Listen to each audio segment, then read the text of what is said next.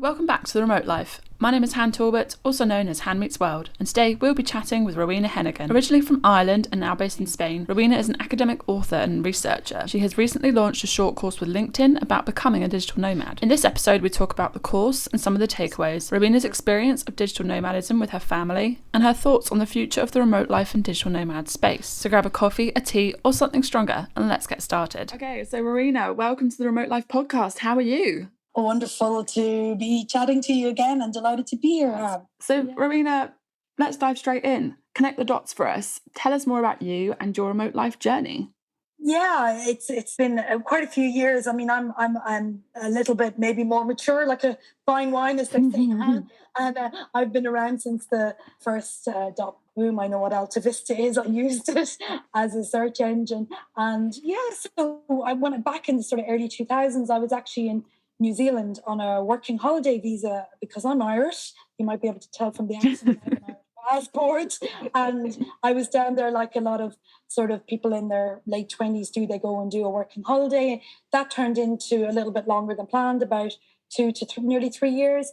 And then as I was leaving there, I had gotten a new project in Europe, and I started doing some work. And the project got delayed, as in the full kickoff of it. But I was traveling through Southeast Asia, making my way slowly back at the time. My brother was in Bali, so I was visiting him. I was in Thailand for a while, and I had my computer with me, and I started doing a little bit of prep work wherever I could get a Wi-Fi connection.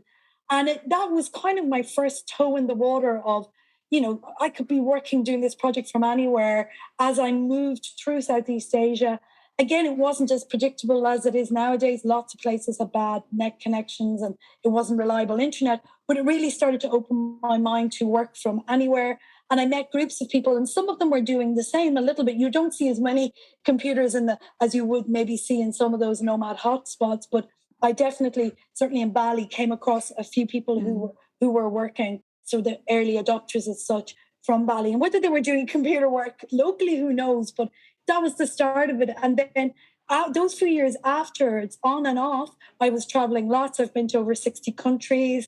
I've had various projects where I've had one project, say, for example, in Ireland, and lived in France for a while. I was doing a snow season in France for 4 months and doing a little bit of work there and a little bit of work back to Ireland. And just examples like that. And nearly all these examples, I was a freelancer and back in the early days of contracting. My teeth were cut in IT when there was very few women in IT as well. So I was often on teams with, lots of men. But it was just really, taken care of, understood, particularly in telco, because it was mainly in telco work, telecommunications, that you could work remotely as such. It wasn't a novelty. We had the technology. We didn't have video, or we didn't have maybe as advanced.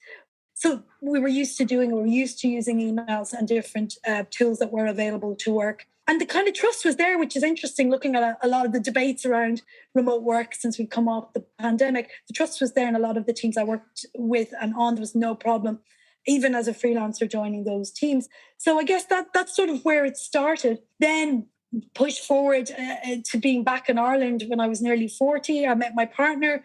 We had our daughter quite quickly. And that's when, with her being sick, a new element of sort of global mobility and remote work enabling flexibility, health and lifestyle kicked in, because we were stuck in Dublin with a very sick little girl who was just a year and a half.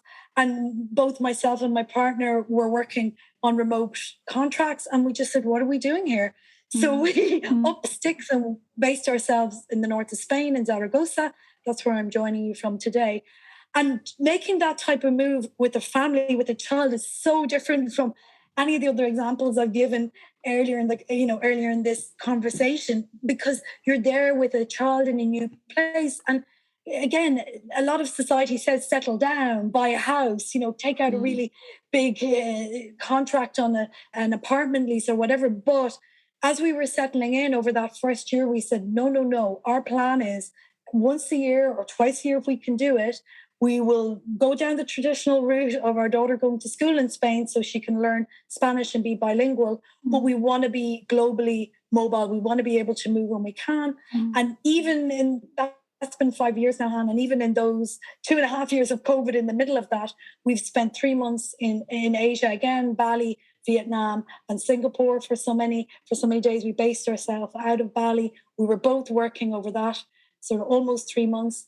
We spent 3 months in Tarragona, which is only 3 hours from where we're based. But in the middle of COVID, we got out and we were down in that region. And we spent 3 months in Gran Canaria during COVID as well. So we managed to get a flight out, based ourselves in Las Palmas, and moved around the islands. So it's maybe nomading light to some people listening, but it's definitely the way we think. We do not want to be based in one place. We want to be mobile. And when we can, we want to take our daughter and explore the local and far off world. And that's really our ethos as a family. No, absolutely. I've mentioned this before to people that I feel like digital nomad actually, it's a very specific term now. Like before, it could kind of be used as an umbrella term for a lot of people, but now that's why I choose remote life, because it allows you to do exactly what you were saying about how, you can sometimes be based in 3 months in London, or you can sometimes be based for 6 months in Bali, or it allows you, like you said, that mobility. So no, absolutely. I was listening to a destination thinking, oh, that sounds dreamy. But yeah, it absolutely affords you, like you said, like the ability to live life as you wish without being location dependent. So completely agree about that one. I was going to ask actually, like doing remote life as a family, do you have any advice for people who are maybe cautious about moving to this lifestyle with a family? Just to listen to the way I've even explained it, there's so many different versions of it out there. Like I'll give the example that we don't have the mortgage. We don't want to be tied down, with big expenses in Zaragoza. So we've been very careful about where we've picked to live here as our base. But others, that might not suit them. They may have property. They may have house swapping for longer periods can be a way of doing it. So I think to your point about the definition of nomads changing, we're in a time of big change. So if anything I'm saying appeals to you, even for one summer or one Easter holidays, especially if you've got school to consider, because parents listening, that's one of the biggest things. And they're often ruled by school term, unless maybe they decide to take children out for a gap year, which still exists. I mean, in the community of nomads that I know of, there's people living on the boats, on a boat in the Pacific homeschooling, which seems like an extreme to me when, some days with just one child, when we were doing homeschooling during the pandemic, it was far too much. But I think don't be limited by the definitions. Look for stories, Han. That would be my biggest piece of advice. That's where the internet is amazing, because you can find blog posts, you can find examples on forums of people, especially even single parents, mixed, same-sex couples, whatever, or people who want to travel with teenagers, older children, people who might want to travel with the care responsibility as well, which sometimes people, who want to travel with people in wheelchairs or whatever. What I'm saying is family means different things to everyone. We're so individual. What family means to us is so different. And so is the way we interpret traveling and working as well. And working can just extend that stay. It can make it different because it gives you a base as well and a community. Because whatever about you agree or don't agree about the term digital nomad, I do think generally it's an extended vacation or an extended holiday time, and then maybe more than a long weekend or a week, which would be the standard. So just look at how you can explore that.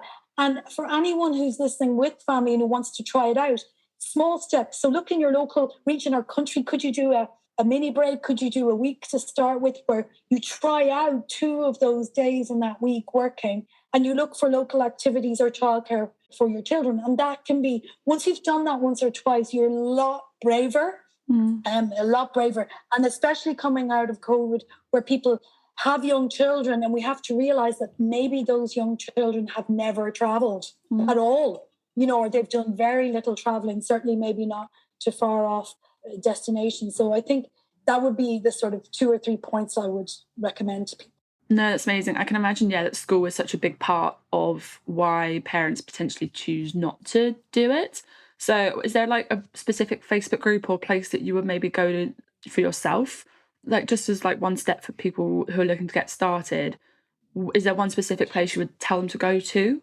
So unfortunately, I haven't found anywhere that sums up all the destinations. So I can give you a couple of examples of what's worked for us. Go for it. So when we were in Bali, we had local knowledge through my sisters. So we organized a local activity camp for the month we were there. And we knew, because lots of Bally caterers really well, in the place we were in, there was English speaking monitors or activity assistants. So that was fine for our daughter. So we got that through a little bit of local knowledge. In Gran Canaria, there's amazing Facebook pages. Sometimes you need to look under expat for families, or families of expats. That's where you find it. And that's where we found some of the summer camps with English speaking that our daughter joined in on when we were there. And then interestingly, in Portugal, and I'll give the links for the show notes on this, there's some amazing things in Portugal. Boundless Life is a new organisation in Portugal near Lisbon, a place called Cascais, which has a location with co-living for families to share together and activities organised. So that's leading the charge. And also in that area is a new startup. I think it's Generation. I'm not sure if I've got the right name. Generation Next, something like that. Again, we can share it in the show notes. And that caters for teenagers with an international curriculum. So if you go to the place over the summer, your child who's a bit older can essentially join into picking up a module, say, of a subject to study over the summer period. They're the sort of things that come to mind. But other things that have worked for us is language schools, right? That maybe, are looking at that bring in foreigners and teach them English. They often have summer camps, for example. So I think I've given some ideas there, but no one place seems to have it all. It tends to be, especially if you want to find a more specific thing for your child's age group, you need to look destination by destination. Does that make sense? Yeah, no, that's perfect. That was great. That was so concise. I don't even have kids and I'm taking notes. No, that was really amazing. So just to kind of go back a little bit to yourself and your experience. So what drew you to the world of digital nomadism and research within that? So my research with the university for about the last 6-7 years has focused mainly on remote work and distributed work. But as part of that, of course, when you're reading up on those themes, you come across some of the research on digital nomadism. And again, when you lean into digital nomadism, you're looking at terms like work from anywhere. You're looking at telecommuting can mean a different thing when you're looking at research from the States. So there was naturally always that thread of interest there, but it really extended actually for me into something more significant when I went to a co-living space 6 months into the pandemic. Again, the borders opened a little bit, or the regions opened in Spain. And I went to the co-living space Sende, which is in Galicia. It's the oldest one in Europe. Amazing place. I managed to go there for 2 weeks. I just drove over in my car because it's not too far from Zaragoza. And there I met so many inspiring nomads. Some of them had been nomading for a long time. And the owners of that co-working, the founders, Edo and Maria, they were just so inspiring. And that piqued my interest. And as part of going there, I was doing a bit of research there for a project. I also met a research student who is actually Puerto Rican, but she's done her dissertation in tourism on digital nomadism and looking at what co-living can provide for nomads. And we did a little bit of research work together, presented at a few conferences. And Stella now does some freelance work for me. She's actually based in Colombia at the moment. So just in the last sort of 18 months, 2 years, it's all that sort of reading, moving in those circles, it really just began to build. And I guess, to be honest, because I've always been working in the future of work in some way, again, I wouldn't have gone through the first dot boom and survived if I didn't sort of reinvent myself, read more on digital communications, then start reading on virtual and remote work.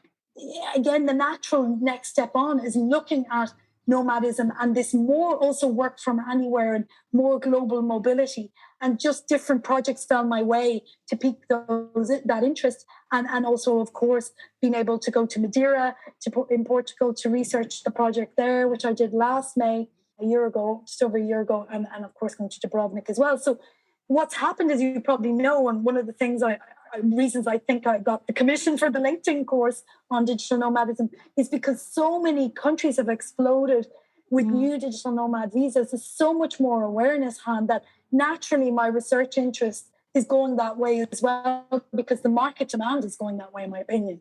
Absolutely, yeah. And Madeira keeps coming up, and I feel like it's someone that I just really need to get out and go check out at some point. So yes, that sounds epic. But of course, great segue into your course about becoming a digital nomad on LinkedIn. So tell us a bit more. What can we expect from it and who's it for? Yeah, I mean, for me, it was a dream come true because I really admire through the university, and maybe I'm a bit biased. I've been using LinkedIn Learning for a few years actually, and their remote work courses that they have on there, I use with my students because we have a university license for access. So I knew the platform and that part of the platform really well, and I really rated the quality of the courses on there. So when I got the chance to speak to one of the commissioning instructors so that I could pitch an idea, they initially came to me under the topic of remote work because obviously there's loads of angles there. But I said to the person, I said, I just want to pitch something else to you. What about digital nomadism? And I couldn't believe it actually when the conversation just was all about that. A couple of follow-up emails later, and it was commissioned because we have to appreciate that LinkedIn as an organization, even their working remotely policy may not equate to good for many people to be good for digital nomadism, but they still were aware of the market demand and then they went for it. So I really appreciate their support and their open-mindedness in it, even though from a corporate, if you put a true corporate hat on, as we know, companies are still only moving there slowly. But it was commissioned in March and it went live last week, Han. And what happened in the interim has been just stunning because Airbnb have come out with the new policy saying that they will offer 170 countries worldwide to all Airbnb employees to work from. And that actually Brian Chesky said, which for me is really, really validates the strength of change that's coming, is that currently they haven't completely figured out compliance and infrastructure-wise how to offer those 170 countries. It's in process and they will open source the solution to other companies afterwards, which again, just for me this is happening. It's revealing itself. And depending on individual job contracts and roles, you may not have a huge selection, but you will have more of a selection. And then when you're moving naturally, as we do in our careers, if you're staying permanent, you can then maybe choose to move to a company with a more open policy, more places that you can work from. Or like yourself and myself, you can look at the freelance world and go that way. So that was why, again, LinkedIn said, this demand here. And that's why the course got commissioned. And I think it's a real sort of a sense of our times, that it did. And I'm really happy about that. And I really think people should be aware of the background there because it's a good news story, definitely. Absolutely, yeah. So what are a couple takeaways from the course for people who are looking to potentially hop on it? So again, when I started pitching the course, I really assumed, and I do this with some of my university courses, little or no knowledge. So it's very foundational. It's very, very basic. And I think it only takes 27 minutes to complete. So anyone listening, I wouldn't let that put you off because you can go through the chapters. But it is definitely for someone who has never nomaded before, who's considering it at the very start, that wants to understand the wider concept, and that wants to consider some of the issues and criteria in compliance, in legal, which I touch on in one of the chapters, what the nomad community looks like today, but very much hand to that point about the destinations expanding. So we have 42 destinations confirmed, nearly 60 in the pipeline. And again, that was a big driver for the course to be commissioned. And then the other chapters that are in there are things like finding community, finding the right workspace, being work and travel ready with a checklist, considering sustainability and minimalism as nomads, and also, really thinking of any of the challenges. So I'm very honest about the challenges. I'm honest about things like loneliness. I'm honest about things like homesickness, but very much pitching and bringing the learner through a journey that if they follow this guidance and follow the recommended research points that I offer, that they can really alleviate many of those concerns and be really nomad ready. So the angle is very basic, but it's also very much for all of these concerns, which can be genuine, that you may have. Here are some of the ways to alleviate and cut them off at the pass. It's interesting to say that it's a basic course because I feel like for things like digital nomadism, it's constantly changing. While the foundations might generally be the same, I feel like even for people who have been doing this for several years or a couple decades, there is always something new to learn from this, whether it's learning about a new co-work space, whether it's learning about different platforms where you can go find work, different networking groups. So do you know what? I feel like even for people who are maybe more on the experienced end of digital nomad life, remote life, it still sounds like it's well worth looking into to me. Thank you for that validation. You've made a really good point there.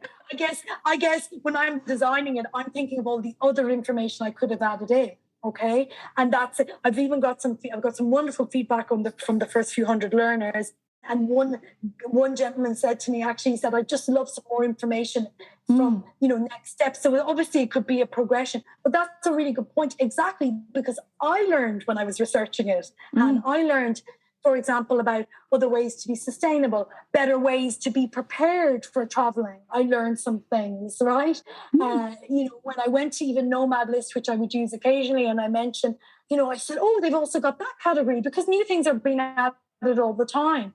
So the point is that if you've got, even as an experienced nomad, it goes over all the general topics for you, but it also reminds you maybe of how good your catalog or library of resources needs to be, how much you need to lean into your network all the time, how much has come on in the 2 years or 3 years of COVID, because all those new visas, I mean, look at the Croatian one. Having studied or looked at a lot of them, it's even got a helpline, Han, for example, for people to ring up. Which again, when Estonia started with their first one, it was just like the version 1. Now we're on version 8.5 in 2 years or whatever. So every country or region that's coming out with a visa or something similar is improving. So it's exactly that. And I guess, yeah, I would encourage anyone, and obviously the advantage of any of your listeners contacting me on LinkedIn. And if you connect and say, "Hey, Rowena, I want to take the course," I can give you a free access. When you click on the link, it will be open for 24 hours. And one of the advantage for people listening is then I'll get feedback from all types of the community. And that's what I'm after, because, this is just the first course, and hopefully there can be many more. So. No, absolutely. I mean, for something that is just so, the lifestyle is essentially kind of governed by an internet access, essentially. So I feel like it's constantly changing. And like you said, even in the last couple of years, and you mentioned on your launch screening last night as well, like even the amount of visas that are now available, like it kind of got wild at one point, how like literally every single day a new visa for digital nomads was coming out last summer. So no, absolutely, I would definitely say that even if you think like, "Oh, I know it all," you don't. There is constantly something coming out. Like even I was just after Dubrovnik, I went to a couple other conferences, and the amount of programs that are now kind of like, "Oh yeah, like that's actually a really good product." Like, of course, that makes total sense. There is constantly something new coming out for different systems that help you shape this remote lifestyle. So no, absolutely. Like whether you're aspiring digital nomad or current, go chat to Rowena, go check out her course. Absolutely. Exactly. Great to hear you. Great to hear that encouragement, because the more learners I get, the more chance I'll have more commissions. So hopefully that's the case. Yeah, get those coins. Get those coins. But just to go quickly back to our beginners, if you went back and began remote life from scratch today, is there anything you would maybe do differently at all? That's a really good question. I don't know if I went right back to the start, because I don't think I'd be aware. I tell you what I'm really interested in, and I'm researching it genuinely at the moment. And it's because of the work that I might do. I meet different people. Like I met someone from the Estonia residency in Dubrovnik. We've got organizations like Safety Wing and Plumia that are looking this borderless countries. All I would do is look at setting myself up a bit more internationally. And the e-residency of Estonia, I'm actually researching that now. So let me explain where, if I could change something. When we came to Spain, at the time, because we were exhausted parents just trying to get our daughter well, we just set ourselves up here as autonomos or sole traders. And I mean, don't get me wrong, that works fine. But there are amazing other offers out there internationally. So as a more experienced nomad or location independent person now, I would look better at that more international setup, the better benefits of other tax residencies, the better organization of that hand. So that's the one thing that I would change over the last 5 years. But myself and my partner are starting to do that now. So we're looking at other options. We just didn't have the brain capacity in the first couple of years in Spain. Apart from the settling in, we both actually learned more or less fluent Spanish. So we really concentrated on our integration here. So, it's also a trade-off. It depends on your priorities in life, and it can be different. But that's one area. I don't touch on it in the course, but there's a whole world emerging of, if we're totally mobile, could we have a global passport? Could we have, could we be paying tax into a borderless region like Plumia are looking at?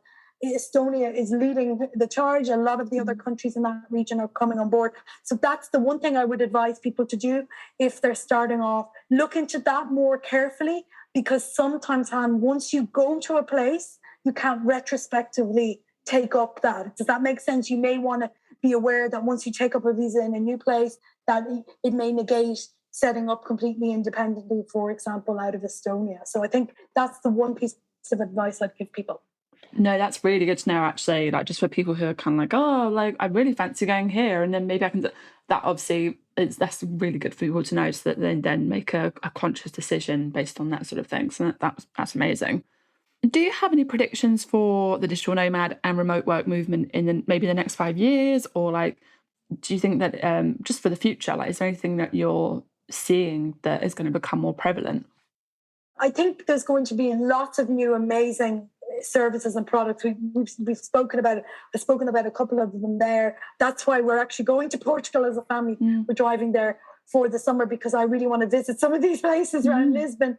And there's some really dynamic co-living and co-working and family-orientated services and projects coming out. So I'm really interested in understanding more about them, because they're cutting edge. So I think, if any of what we're talking about appeals to you, do a bit of research around that. Look at co-livings that have won awards.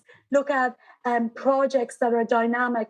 That's one of the areas where I think connecting with those people, visiting them if you can in the destinations. And again, if you look to the slightly more established destinations, and I can even include Portugal and Madeira and Croatia in that, because they've been doing it for more than 1 year, and that makes them really old in being a nomad destination. We see all these other services popping up. For me, that's fascinating. And that's where, as a nomad and as a true advocate for remote work and remote work life and true global mobility, the more about those different services the more your story will evolve. And the more, when you're talking to people like I've done with you, and you ask a question about families, I can give you that really thorough answer, Han. That's where we will convert people. That's where there's gold in that. And there's a lot of talk on social media about storytelling. And that's why I really believe having those examples and having, a story around them, where, for example, I visited Galicia, changed how I thought because I really connected with people, and et cetera, et cetera. The way you tell that will make another person go, hang on, wow, I could do that. I could go there. I could work in this countryside for 2 weeks or 4 weeks and meet with like-minded people, for example. So again, when you share those stories, so that's the bit I really encourage people to look for, those amazing projects. The other reason is a lot of those projects will be ahead of the game. They'll be early in this new market that is emerging. And if you investigate and support them, you can advocate for them and hopefully help them stay afloat, because it's not going to be straightforward. We're coming out of a pandemic. So economically, some of these projects, they'll be amazing, but their timing may not be right, if you see what I'm saying as well, Han. It may be that they would be right in 3 years' time or 5 years' time. And I think there will be some of that as well. So I really want to try and encourage people to support those projects, and hopefully support all those amazing founders who are trying to meet the market needs of nomaders, who are, they're just so ahead of the game. They really need our support. Absolutely. No, I completely agree. I think we're in this kind of moment at that point in time at the moment where it's kind of just starting to pick up, and there's this like kind of fresh chapter in the remote work space and digital nomad space at the moment, where within 5 years we're going to be like, wow, like this has really taken off. So I definitely agree on the whole jumping on board, like the projects, definitely jumping on board, whatever it is that you're seeing out there now, do it, because in the next like 5, 10, 50 years, it's going to just like be on a whole other level. My final question for you, Rowena, is fill in the blank. Home is where? Well, I'm going to be a bit cheeky because someone else said to me, home is where I lay my laptop when I was in Dubrovnik. And I thought that was a great quote. But actually, when I was on delivering yesterday, I said, home is where I lay my laptop with a good internet connection. A reliable, to just stand out that sentence. Was it me by any chance? I told you. Maybe it was you. And I didn't credit you. I'm sorry. Because that's so funny. I wrote down loads of quotes when I was doing my reflective writing, traveling back from Croatia in transit. So maybe it was you. But yes, home is where I lay my laptop, brackets with a good internet connection, and so maybe I can steal that one and change it a little bit. But I also wanted to add to that, though, giving you the credit, also wanted to add to that is, I love the meaning of home, but it not all being work. Yeah. Because that's what we try and do when we travel. When we nomad, working gives you that sort of fixed spot. You meet people when you go to the co-working, all the good things that I advocate for. But, when your children's in a local activity or play group, when you're meeting with other families to do a hike on a Sunday, put yourself out there as well and look at it as your home for that period of time. And home, I know it can be the walls around us, but home is the people around us, the experiences we have in that place. So I think that's the only other thing I would add, again, because that's why we keep doing it. That's why this summer it's Portugal. Hopefully next year it will be Asia again, and longer term on the cards. But that's why we keep doing it, because it feels homely to us as a family. And it feels like the experiences are of such a rich quality that we keep want to go back and do it, because it's not always easy. You have to spend more time planning. You have to be organized. That's the reality. Anyone who nomads knows that. But it pays itself back so many times over for the quality of the experiences and seeing your child. Totally, like she said a few weeks ago. So where are we spending our summer? So it's just totally natural for her, and that makes me feel really good as a parent that I've brought up a child that it doesn't feel totally fixed to one place, and I think we need more of that in the world. Absolutely love that. Yeah, no, mine's home is where my laptop is, because that with a connection I can stay connected to family, friends. But I think it's, I suppose I can maybe evolve that into home is where my community is, which kind of involves people on social media, so that's kind of a similar thing itself. But yeah, no, I absolutely love that. It makes me so happy that you also agree with that statement. But Rowena, it has been amazing to chat. And yeah, we'll definitely be checking out your course. Thanks so much, Han, and thanks for that's so cool. Home is where my community is as well. I think that's the thing with nomads. That statement will always be evolving, because we're always having new experiences, like you said earlier on in the conversation. So that rings really true for me as well. No, thank you so much for taking the time to do the interview. It's been my pleasure, and we'll supply different links and information in the show notes for everyone, Han. And it's lovely speaking to you today, but I really hope we meet again in person at some stage soon. Oh, it's going to happen. Absolutely. Yeah, stay tuned for a follow-up when you're doing your next part of your course. Wink. Exactly. Thank you so much for listening to this episode of The Remote Life, and thank you, Rowena, for your awesome insights. You can find links to the Becoming a Digital Nomad course, Rowena's website, and other links below. Head to Twitter and LinkedIn to let Rowena and myself, Han, know what home means to you. Thank you so much again for listening, and we can't wait to remote work with you again soon.